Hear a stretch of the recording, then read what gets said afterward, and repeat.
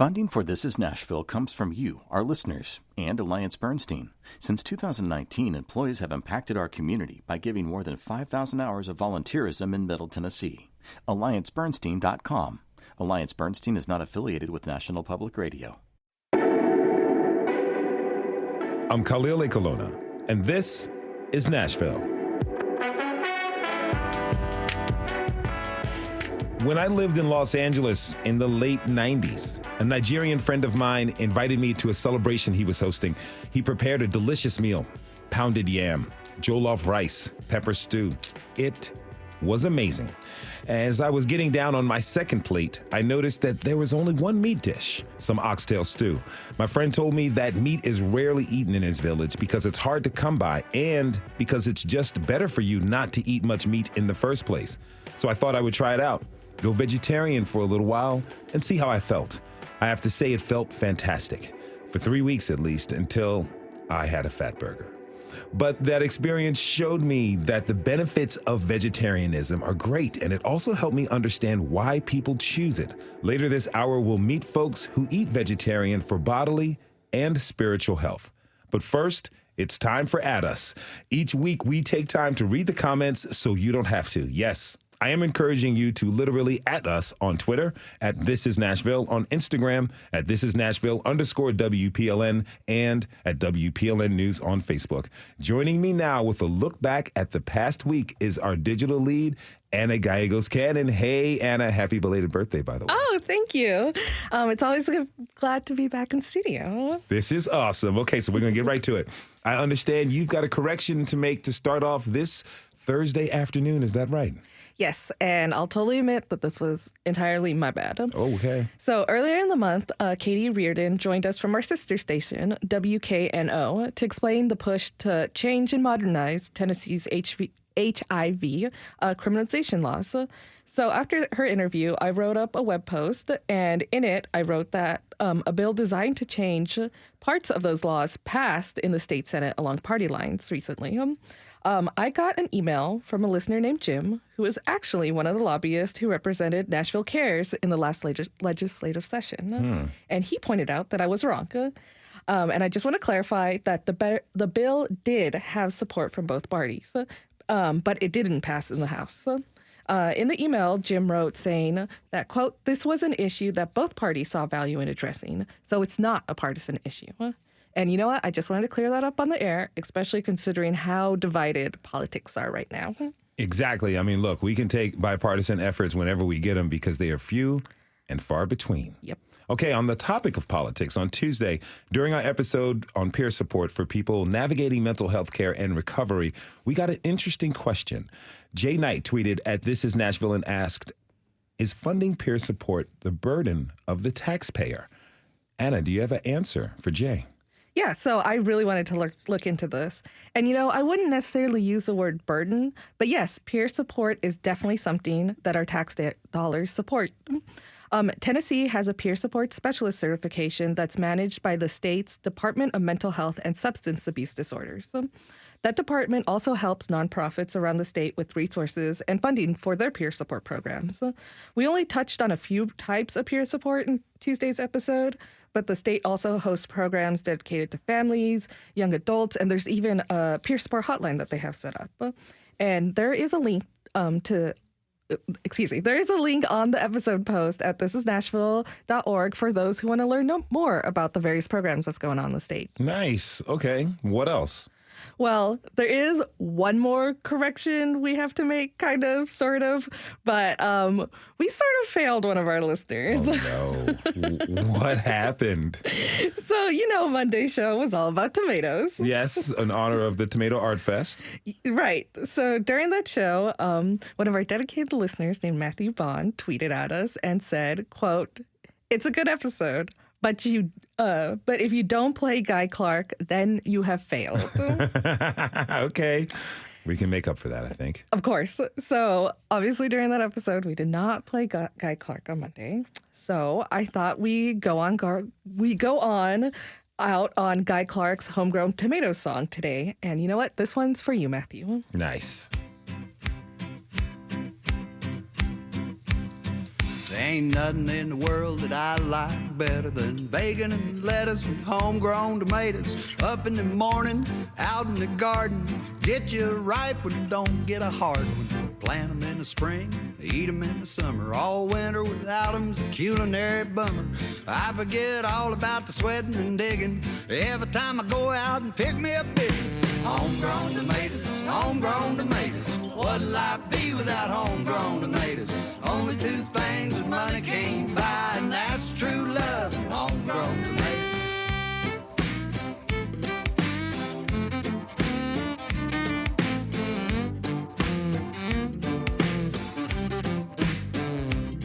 Well, you can go out to eat, and that's for sure, but it's nothing a homegrown tomato won't cure. Put them in a salad, put them in a stew. You can make your very own tomato juice. You can eat them with eggs, you can eat them with gravy. Eat them with beans, pinto or navy. Put them on the side, put them in the middle. Put a homegrown tomato on a hot cake griddle. Homegrown tomatoes, homegrown tomatoes. What'd life be without homegrown tomatoes? Only two things that money can't buy, and that's true love and homegrown tomatoes. What would I be without homegrown tomatoes? Thanks to our digital lead, Anna Gallegos-Cannon, for this roundup. Anna, we'll see you soon. Of course, and our listeners know where to find me online and send me your food-related song suggestions. Yes, please. Don't forget to add us on Twitter, Instagram, and Facebook, and let's keep the comments coming. Also, fill out our community survey to let us know what topics you want us to cover at thisisnashville.org. It's super easy and quick and helps us produce shows with your needs and interests in mind. We have to take a short break. When we come back, we'll learn some of the religious and spiritual reasons behind eating a plant-based diet. Are you a vegetarian? What has the experience been like for you? Tweet us at This Is Nashville. We'll be right back.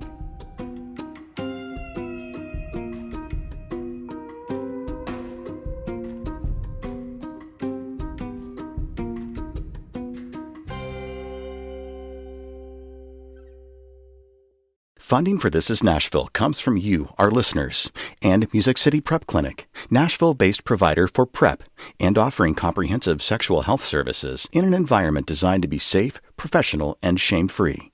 Learn more at musiccityprep.org. I'm Khalil Ekalona, and this is Nashville. Out in Arlington, Tennessee, about 3 hours west of Nashville, there's an unassuming farm and pasture. But it's no ordinary farm. It's a cow sanctuary, and one of only a few of its kind here in the U.S. S3 Goshala is home to 150 gyr cows and bulls. Their mission is to protect the cows and spread a message of kindness. S3 Goshala has big plans to add a meditation center, to practice organic and Ayurvedic agriculture, and even create a college. Plus, they're hoping to expand and start a small cow sanctuary right here in Nashville. Until then, our producer, Tasha A.F. Lemley, took a trip out west to see and feel what a Goshala is all about. Come on! Lakshmi, come on! It's snack time at S3 Goshala. You can tell Thandu Purushottam has called in these cows many, many times. Come on! See how they come. They know that this is banana time. You know, if you are, whistling, that means they know that they got some bananas through some guess. Dozens of cows come across the field, and they press in, craning their necks to get at the bananas. You can see the weight of their collective force on the fence. It's pretty intimidating. According to our scriptures, wherever you live, you should have Indian cows.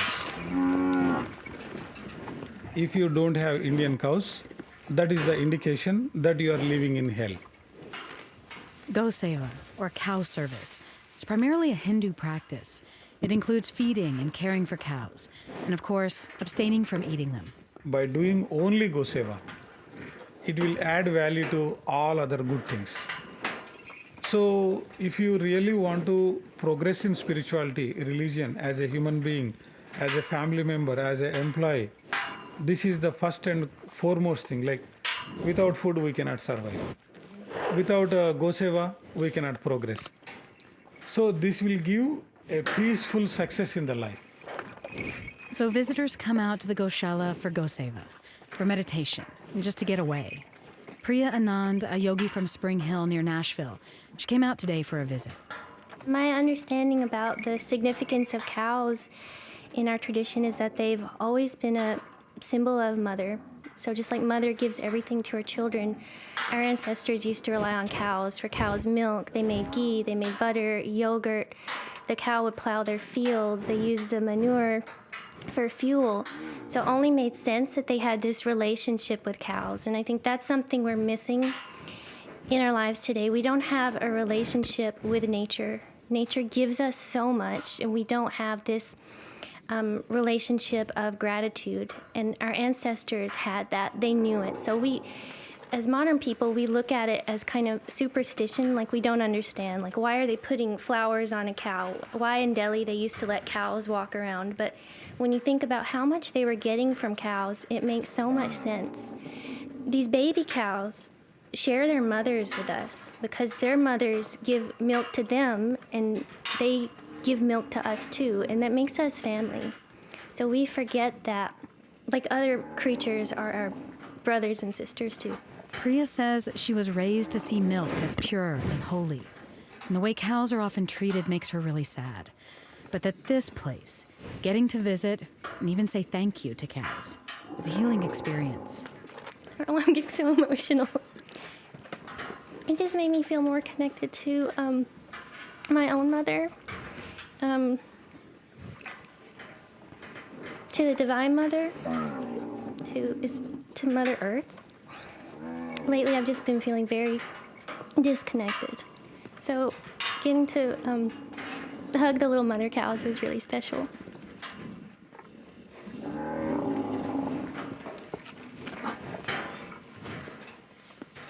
I'd like to introduce my guests, Hemant Rangarajan and Tewodros Munaye. Welcome to This is Nashville.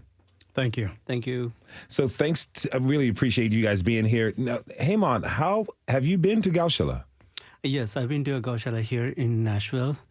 And, Tara just sent me one in Memphis as well. That's the one that I haven't visited, but I have been to one in Nashville and various others, other parts of the world. So tell me how cow protection, tell me how that's important to those of the Hindu faith. Yeah, I mean, to me, if you take religion out of it for a second, right, it's more of a, humanity aspect to it, right? So humanity finds expression in various aesthetics. And this is one of the ways that, Hindus find, when you think about cows themselves, right, incredible machines, right, like you feed grass on one end and then there's milk, right? Traditionally, there used to be, like Priya was saying earlier, some kind of emotional connection that used to happen in and around, I think we live in times where everything is in abundance, food is in abundance, and, everything is easily accessible, right? And if you live, if you hear to people who survived the Great Depression, for example, you always hear them saying, okay, debt is bad, we have experienced this. They have gone through some experiences. So these are people probably who went through some kind of a famine kind of experience, and there's nothing you can grow, nothing you can access to, you have access to. So at that time, if you ended up having a cow in your household, your children can survive, right? So there is always that emotional bonding. Growing up in India, during my summer vacations, I always used to visit my grandmom, and there was this tradition of naming all of your cows, right? So through that, either usually I always wondered, like, why are they naming the cows like this? Like either Lakshmi or Ganga. Either it's named after a deity or it's named after a river, which is nourishing and life-giving. So people kind of, build this emotional connection with this animal, which nourishes them in a lot of ways, right? And then there's a lot of scriptural representations that you also hear as well. So from that perspective, Hindus have been worshipping cows for a very, very long time. So your vegetarianism is very connected to your faith, right? That is correct. So I must accept, it was not a choice for me. but something that I really love. So I was born into a Hindu Brahmin family where, several generations have been practicing vegetarianism, right? What does it mean to you to be Brahmin? It means we, in the process of evolution, from animals, we are now humans. And how do you evolve further to go towards the divine, right? So that's what. So this evolution process that has been taking place, there is no need to stop it, and we need to keep evolving as better and better humans. So we are closer to the divine. That's what it means. Continued evolution. I like that. Now, Teddy, from what I understand, you practice Ethiopian Orthodoxy. Tell me, how does your faith affect the way you eat? Thank you, Khalil. The religion I'm practicing, which is the Ethiopian Orthodox Church, influences my way of living. In particular, the way I eat is also influenced by my faith. There are some restrictions in general that the Ethiopian Orthodox Church or the Bible hinders us to eat, including pork. We don't eat pork in general. But when it comes to vegetarian foods, it depends on the time of the year. There are different times of the year that the Ethiopian Orthodox Church fasts or declares as a fasting period. Mm-hmm. Each have its own significance. And during this time, it's not only just a vegetarian food. We are not allowed to eat any animal product, including eggs, cheese, milk. So it's going to be completely vegetarian in fruits that we eat. You're doing in the middle of a 16-day fast right now, right? Yes. Okay, so how's that been going for you? It's been going on great. And this gives me a chance to compare myself a few days ago and now. Before I start the fasting, I was doing everything. Eat whenever I want to, before even I feel hungry. Drink whatever I want, whenever I want, including, liquors and something like that. Mm-hmm. But when I fast, I'm completely clear from that. The fasting doesn't only stop me from not eating those animal products, but I have to also bypass breakfast and lunch sometimes. Mm-hmm. And one major thing during this time is it reminds me of people who are really hungry. When I feel hungry, I'm a breakfast eater. I usually eat good breakfast, and I sometimes bypass lunch.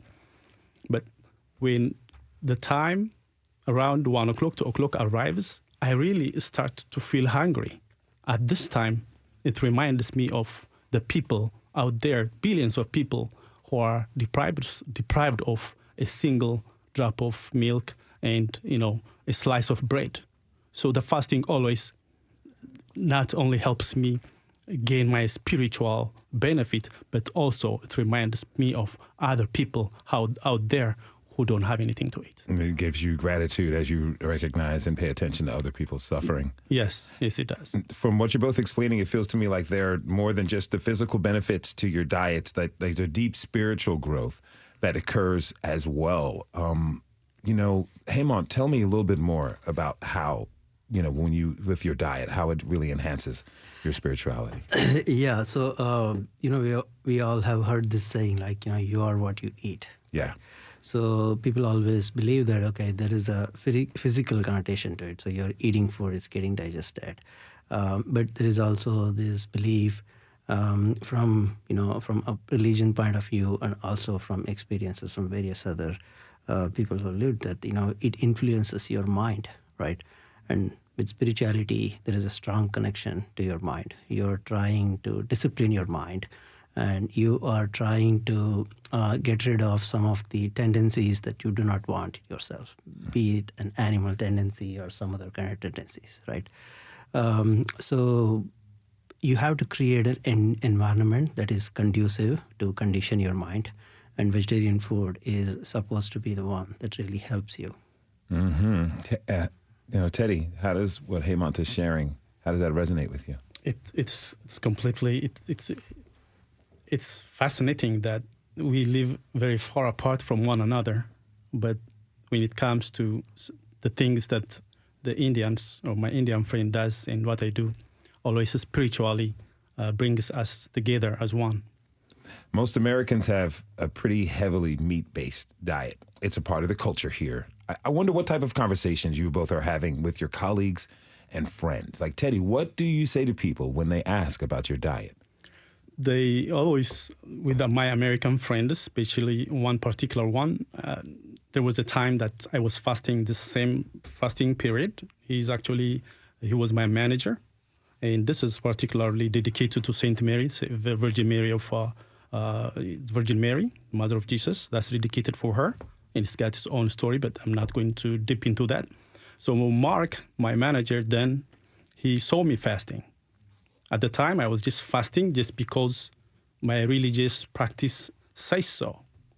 And he asked me, and I told him I'm just fasting because my religion said so. And he saw he saw the discipline I was in. I wasn't eating like I was eating. I wasn't doing the things that I do normally. He saw me praying every now and then. I was extremely disciplined in them. It brings myself into my inner self. Fasting is extremely unique. Mm-hmm. So I told him that. Then he changed that to his own benefit. He said that, hey, Ted, I'm going to fast this time, but I'm going to fast it for my own benefit. Mm-hmm. And he fasted, and he didn't tell me what his purpose was, the fasting, what purpose he was fasting for.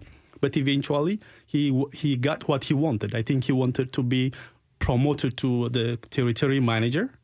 And once he got that, he came back and told me that, Teddy, I fasted. And when I fasted, I prayed that God give me this position, and he got it. He got it. Yeah, method of manifestation. And since then, he's been fasting. Oh, wonderful.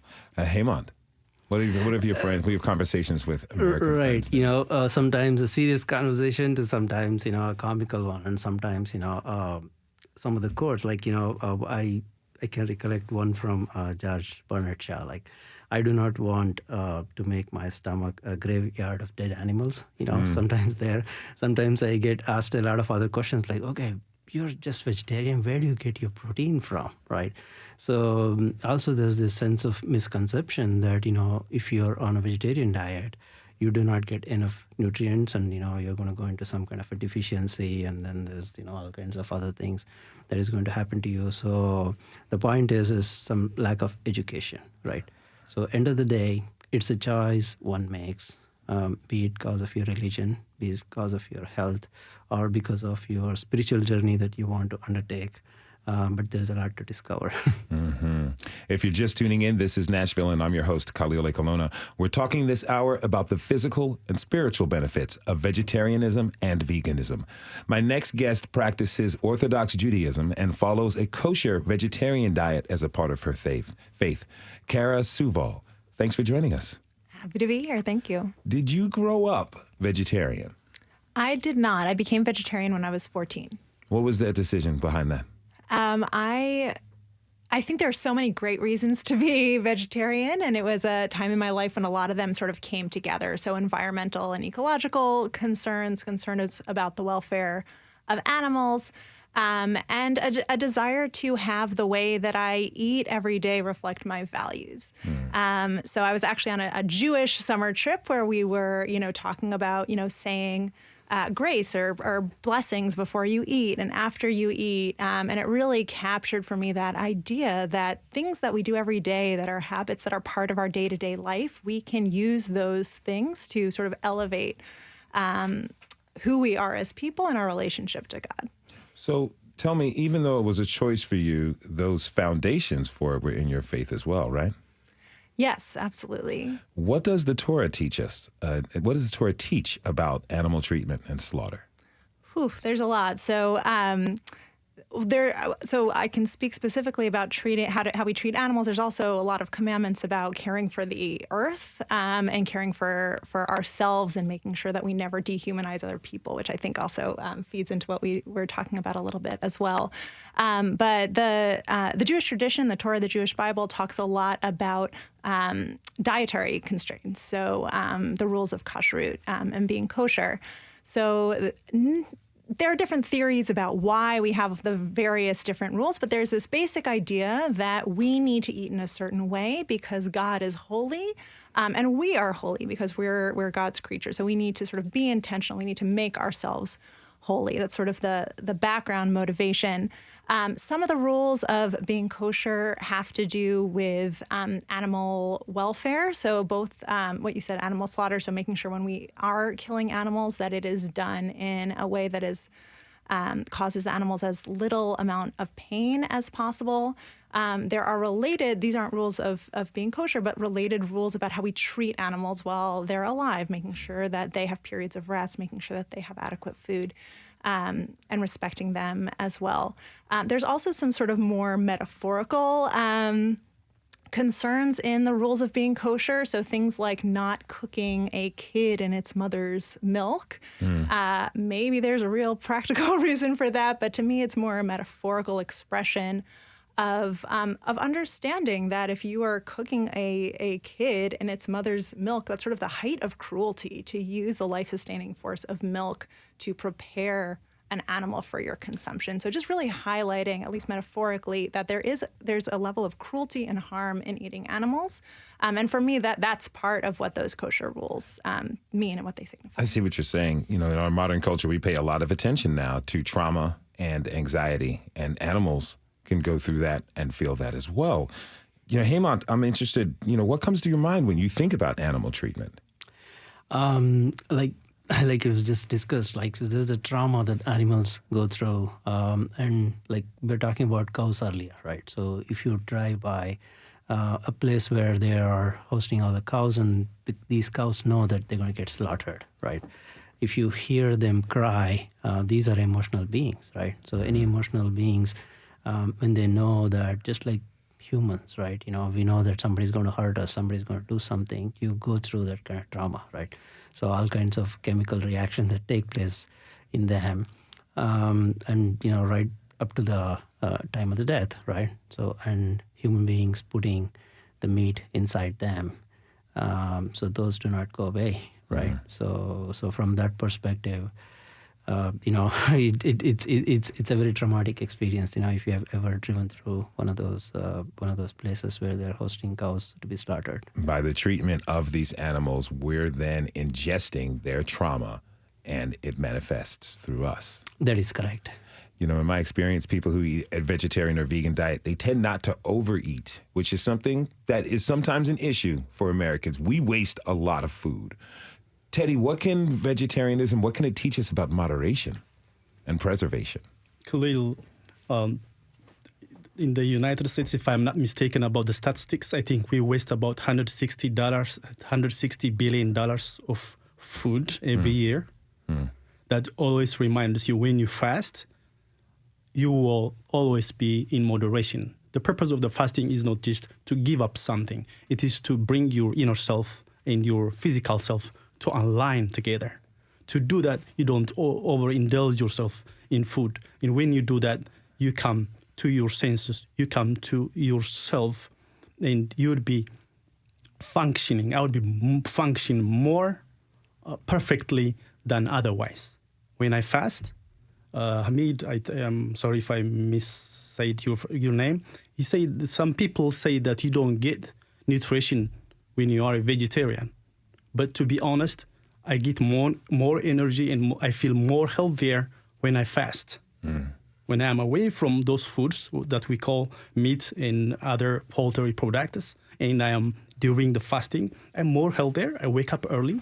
I feel more energetic. I feel more concentrated on whatever I want to do.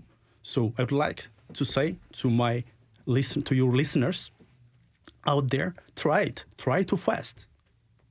And be in moderation. And you will also enjoy. After the fasting, after I stay now, I'm about to go to lunch in about an hour or two. I can feel the urge of eating. I really do enjoy it. Otherwise, every day we eat before even our biological cycle requests us to eat.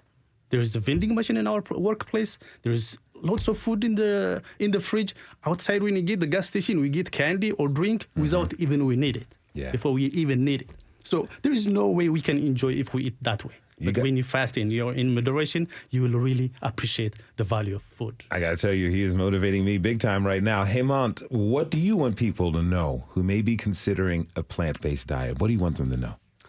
I want them to know, first of all, it's not a nutrition deficient diet. There's enough nutrition that you get. Apart from your health benefits, like all over, every doctor is telling you one of major causes of all the suffering is your red meat. So I want them to get away from the red meat. And also from spiritual point of view, if you want to advance yourself, reduce the animalistic tendencies inside you, it is very helpful to follow a vegetarian diet. So it's definitely worth giving it a try. That was Hemant Rangarajan. He was joined by Teddy Tedros Munaye. Thank you both. Thank you both for being here. Really appreciate talking with you. Pleasure to be here. Thank you, Khalil. When we come back, we'll explore how a plant-based diet can be an expression of the world as we wish it could be. A world that is sustainable, just, and peaceful. Do you see the world through what you eat? Tweet us at This Is Nashville. We'll be right back.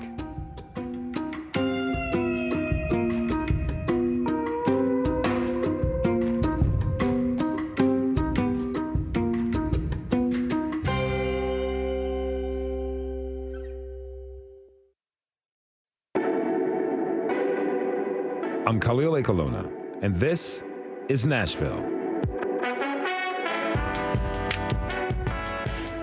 Our planet has finite resources, and these days, sustainability is more important than ever. Whether we like it or not, what and how we eat will affect our collective fate. Previous guests on the show have told us plant-based is the future, but what will that look like? And can choosing not to eat meat and animal products, will that make the world a better place? Well, let's talk about that. I'd like to introduce my next guests. Mariah Ragland is the owner of Rabical Rabbit, a vegan and soul food restaurant in 12 South, and Mikey Nolchel is a Buddhist teacher and pastoral counselor. Thanks to you both for being with us today. Really appreciate it. Yeah. Thank you. Yeah, thanks. Mariah, I'm curious, did you grow up vegan? No, I didn't. I grew up Muslim, so I didn't eat pork or beef and some other animals, but I became vegan in college. So what was the light bulb moment that made you decide to not eating, to discontinue to consume animal products? Yeah, so I went to Fisk University, and we were walking around the grocery store, me and my friends from TSU, and I was holding a rotisserie chicken the whole time, and we planned on cooking it later and then going to Fried Chicken Wednesday, and just holding that chicken, I was like, I don't know, y'all, this feels like a baby. So I put it back, and then later I still was going to do the whole Fried Chicken Wednesday, so I had a plate of the fried chicken and the mac and cheese and the greens, and I looked at my friend, I said, I just can't do this anymore. I connected like that animal to a baby, and just making that connection in my mind. I said no more, and I was vegetarian then I became vegan a year later. So how did the spiritual connection of your diet, how did that express yourself in your life as you grew older after college? Yeah, so once you make that connection, I feel like you just can't go back. So growing up, I became a mother, and I just wanted to instill that same thought into my daughter, Rylan, into just knowing that all beings on this earth matter. And to me, other people have said that God looks at us through the eyes of animals. So just taking that and eating my morals is basically how I decided to live. Now, Mikey, did you grow up practicing Buddhism? No, I'm a convert Buddhist, and peace and love. Thanks for having me. What a wholesome conversation. But I do have to say, I'm a little nervous now because I'm sitting right next to Nashville vegan celebrity right here. Oh, yeah? The Radical Rabbit, well known in the Nashville vegan scene right here. I appreciate that. Thank you. But no, I didn't grow up a vegetarian, but it is involved in my family. A little history about me. I grew up in an alcoholic family, and with my family, we kind of put on the face, on the inside, we're kind of rotting from the inside out. And with that face, like my siblings, we were like dying to confront the difficulties in our lives because of this pain of being in this alcoholic family, and it just kind of went ignored. And my sister, who's 10 years older than me, found punk rock as her, refuge and community to go to. And I grew up watching my sister go to the punk rock shows. And in punk rock, it's this right up front, let's look at the suffering of life. Let's look at the pain in life. Let's talk about it. Let's rage about it. Let's do it all together. And within that punk rock scene, that's where I found veganism. And my sister's been vegan for a long time. My brother's vegan. And I think there's something about that beauty that I learned from the punk rock scene as a teenager that led me to my ethics today. Did that lead you to Buddhism as well? Yes, definitely. So the thing about punk rock, it's willing to confront suffering. Great. And so is Buddhism. The first noble truth is dukkha, is the acknowledgement that there is pain and difficulty and loss in life. But the thing about punk rock is, we're confronting the pain and the difficulties in life, but Buddhism offers us a solution, right? That when we are able to be compassionate and kind and understanding of the difficulties in life, we no longer have to suffer.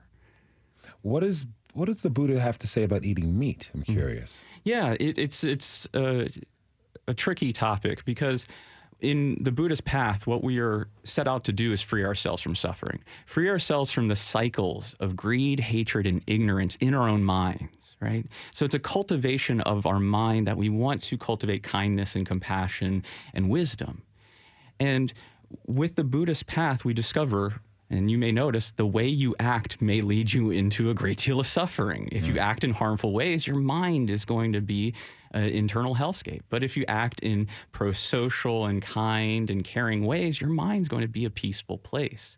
So the Buddhist path doesn't necessarily give us hard, fast rules on the ethical behaviors around food and consumption and meat consumption. It more offers us a mindful exploration on our own consumption and how it affects our own personal suffering within our own mind. And to get into the semantics of what the Buddha taught around meat, he taught not to kill animals. Very clear. Don't kill animals, because when you kill an animal, there is that connection and bond that that that's a living being that wants to live and wants to have safety and all of that. And at the same time, the Buddha ate meat. But the Buddha ate meat, he lived freely, right? That he only ate what was freely given. So he would beg for his food.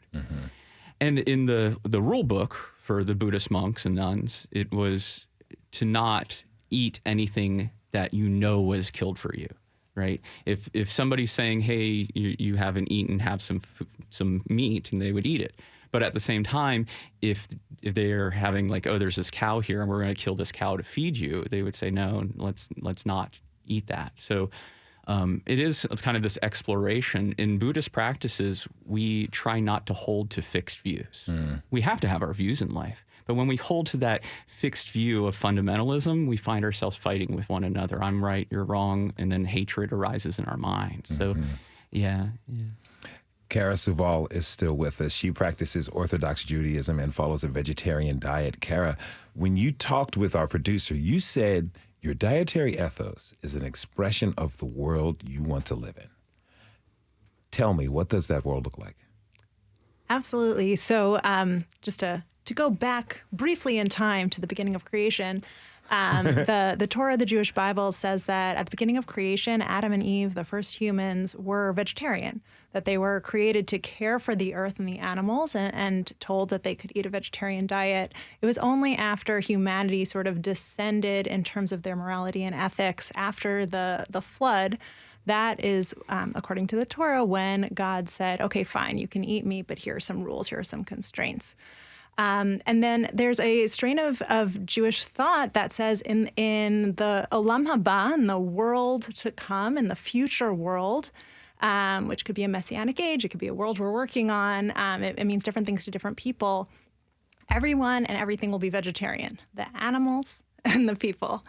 And it's a really powerful idea to me. There's so much imperfect about the world that we live in, so much disregard for life and for creation, and the idea that in this future world that we're working towards will be vegetarian, and we'll structure life, and we'll make it possible that we can live without inflicting harm on ourselves and on each other is a really meaningful idea to me. And it's one that I just love having my diet be this sort of daily reminder and way to plug in to that earnest desire that we be moving toward that world, a world where we create less harm, where we live more freely and fully with each other. So having that built into my day-to-day life is really meaningful for me. And I think for so many people, they think of vegetarianism as being like, okay, you're denying yourself this because of these values, or you're denying yourself that because you believe in this. And for me, having that religious and spiritual connection to it, it's not about denial. It's about positive choices and building that desire for creating a new and more just world into my day-to-day life. In addition, a spiritual growth, if you will. Yes. Mariah, how do you feel? Yeah, I agree. A lot of people say that when you do vegan or vegetarian that you're losing a lot of things, but you're gaining a lot of like different insight. Like there's a whole world outside of the traditional American diet. There's a whole world outside of man kills animal, eat the animal. You know, there's like man can care for the animals, man can care for the world and care for the earth and still survive. You know, a lot of people tell me like, well, someone told me that, like, there's no way I can have a vegan kid. She's not going to survive. But that just shows the mindset of how a lot of the world works. And a lot of people think that it's not even possible. But once you're in it and you realize that the vegan diet or the vegetarian diet is totally different. Like, we have things. I have a shirt that says "Talk Vegan to Me," and it's just a whole bunch of words that some people might not know, like jackfruit or tempeh or mac and cheese, like we spell it with a Z instead of an S. It's like, it's a whole nother language, and it sounds like it's not approachable, but it is, you know, once you're in it and once you learn. And Yeah, nothing to be afraid of. Yeah, exactly. If you're just tuning in, this is Nashville, and I'm your host, Khalil Ekolona. We're talking this hour about vegetarianism and veganism. So, you know, as living beings, as I think the entire conversation admits and shows that we're all connected. But food sometimes can be something that's exclusionary. Access to healthy foods, often it comes down to socioeconomic status and opportunity.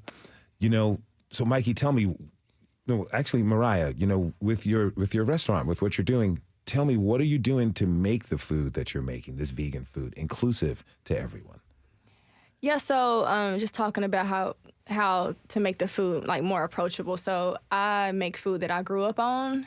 So it's vegan soul food. So yams, mac and cheese, greens. Instead of fried chicken, we do fried jackfruit. So we just make sure that everything is approachable and everything that is, of course, delicious, you know. So yeah, just making sure that people aren't afraid to try it. And, you know, when I'm in the kitchen cooking, some people will come in, like, they won't even know it's vegan. It just looks like food and looks like good food, which is, I think, what veganism is doing now in 2022. How are you going about convincing, you're making a soul food diet, you know, soul food.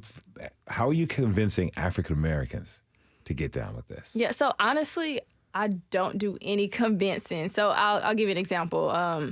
I cook in a shared kitchen, and there is another company that cooks in front of us, and that company is mainly African Americans and like previously incarcerated African Americans. So they'll come in and they'll be like, yeah, she cooks vegan soul food. And like, vegan? I'll never try that ever. I literally give it like 3 weeks, and they're like begging for the food. Like, can I have some more? Can you make me a plate? Make me a plate. So honestly, like, you just let the food do the talking, or you let your spirit and like who you are do the talking. Like, once you go vegan or vegetarians, people will see that like there's a light around you.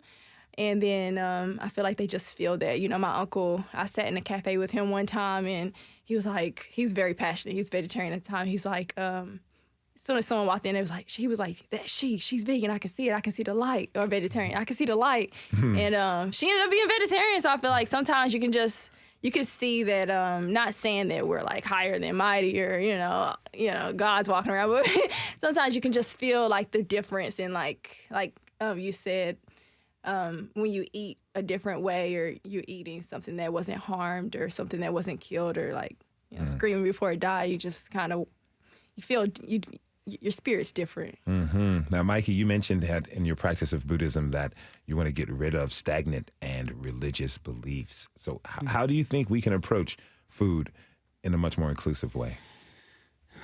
Yeah, the Buddha taught this lesson called ehipassiko, which means go and see for yourself. And to see what we're talking about, this joy of renouncing meat. And then we even say like self-esteem is built by doing esteemable acts. And it feels really good to follow an ethical code, a moral code, and eat in a way that's in line with that. So even from an ethical place, we kind of light up. But then at the same time, people make like great vegan food, Radical Rabbit, what's up, Thank you. And when we actually enjoy certain foods, like I talk about, like we got into the lobby, what were we talking about? We were talking about food and how we're excited about food and how great it is. Anytime I'm around vegans, vegetarians, we're just bonding over what restaurant you go to and what are you eating, what recipes. And it's almost like that community aspect, to be a part of something that's bigger than yourself is just so attractive. And that like I can just meet somebody and they say, oh yeah, what's up? I'm vegetarian. The conversation's there. We're already connecting and bonding.